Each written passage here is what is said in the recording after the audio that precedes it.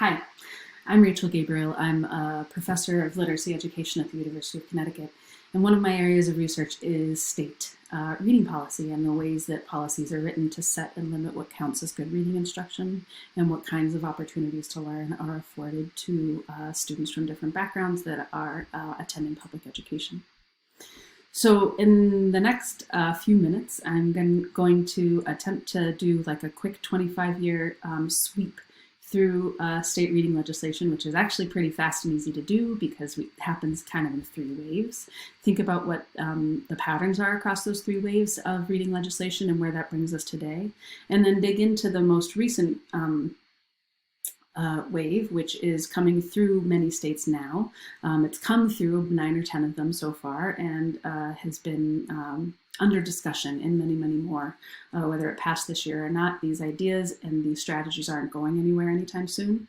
But I think that we have some lessons that can be applied to them, and I think we have some warnings that can be applied.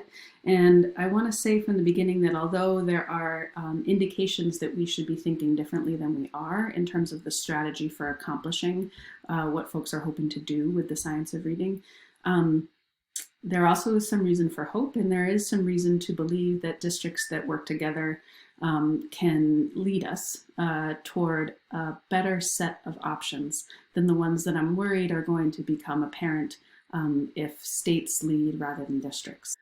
Over the past 25 years, there have been 3 pretty consistent waves of state-level reading legislation that have been true for most states. There is some variation within these, but basically the first wave, which happened around the turn of this century, somewhere between 1998 and 2002, enacts related to larger school reform initiatives, or sometimes they were called acts to close the achievement gap. The problem that the legislation was attempting to solve was the need to close opportunity gaps, and most of the motivational rhetoric around it was economic. In order to not have to build so many prisons, in order to ensure the state makes more money, in order to attract more people to come and buy homes here. And the solution was to make sure that schools were using scientifically based approaches to literacy instruction. Now, all of the provisions in that wave of legislation fit in sort of a 5-prong approach that we see repeating over and over again with the second wave and with the third wave. So in terms of state reading policy, we've doubled down and now tripled down on the exact same policy strategy. The second wave was focused specifically on dyslexia, and this happened somewhere between 2009 and 2015-16, depending on the state. Now 46 states and the District of Columbia have passed some sort of dyslexia-specific legislation. Some is more prescriptive than others, but all of it kind of balances on this idea that one problem is we are not identifying and supporting students with a specific profile of reading difficulty, and that is immoral.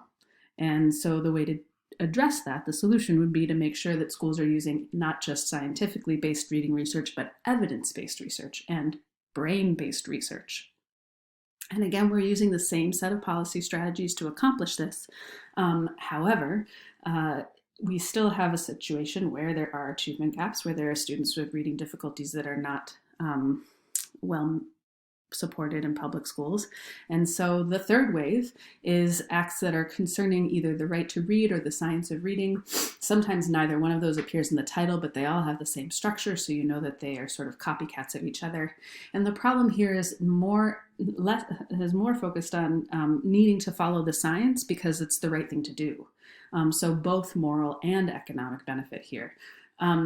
There's less sort of pointing at achievement gaps and more pointing at MAPE scores being low or stagnant for everybody. So the universalness of this is what is striking, because it's what's different than what has been the case in the first wave and the second wave, where the first wave is really aimed at students whose reading scores weren't high enough as a demographic group. And then the second wave aimed at specifically students with dyslexia labels. Now this is about nobody being able to learn to read the way that it's being taught in US public schools. And so everybody needs to follow the science of reading, which is sort of the new label for what we used to call SBRR and evidence-based and brain-based. It's the slice of research focused specifically on cognitive science and neuroscience that points toward the need for an emphasis on the explicit systematic teaching of foundational skills. These 5 prongs are present in all 3 of the waves of legislation. And although there is a little bit of variation in terms of how specific mandates are, whether a specific program of teacher preparation or a specific professional development training is named. Similarly, whether a certain list of approved diagnostics or a menu is provided, and whether that's suggested menu or required menu, that's the kind of variation that we see across the states. But this idea that if we screen and use the right materials, and if we train and support teachers, then things will be okay, is an idea that has followed us for the last 25 years. And mostly what's changed is actually the specificity. And so what's happened is the first wave was mostly mandating that these 5 prongs were put into place. So schools must screen, diagnose, support, provide PD, but none of the legislation from the late 90s and early 2000s specified exactly which curriculum, intervention, assessment, PD needed to be offered. The next move was to provide a menu of options, and depending on the politics of a particular state, that menu of options might be really long or that menu might be very short. Now, what we have written into law in this third wave is primarily a short menu of options or a short list of available options, often with the opportunity to apply for a waiver. But what's new here, and I've written it as specifications, what's new is that there is now, in many cases, a mandate about what you may not use. So you may not use anything that involves, in some states, in quotation marks, MSV. You may not use anything that allows students to guess at the point of difficulty. You may not use anything that is so-called balanced literacy. You may not use anything that doesn't fit the science of reading defined variably in the different states. So unfortunately, the science of reading movement, which often embraces a simple view of reading, is also currently embracing a simple view of policy implementation. And unlike the simple view of reading, a simple view of policy implementation is just demonstrably false. This simple view is the idea that once we create a policy, schools all come into compliance, and then the impact of that change is immediately measurable.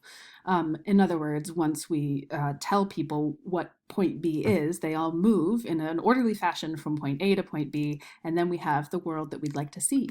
But for better or for worse, going from point A to point B is a really different ask for different schools and different school systems. Some schools are doing something that is really pretty similar to what the law is outlining, and it doesn't take a whole lot of change at all.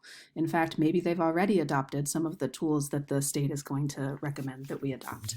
But others are working under frameworks that are really different than what is going to be approved. And or they have had a lot of change in the past, or are fresh off a change that they just invested a lot of time and energy in. Perhaps they are right at the time where they're kind of ready for a change in their ELA curriculum and we're thinking of adopting something new anyway. But maybe they just had a new ELA curriculum and they were hoping to actually refresh something else in the next couple of years. And so they're not really well positioned to make another change in curriculum or assessment or professional development. What this all amounts to is just the idea that not only does infrastructure matter for the kinds of changes that we're hoping for, these are changes that are aimed at instructional improvement.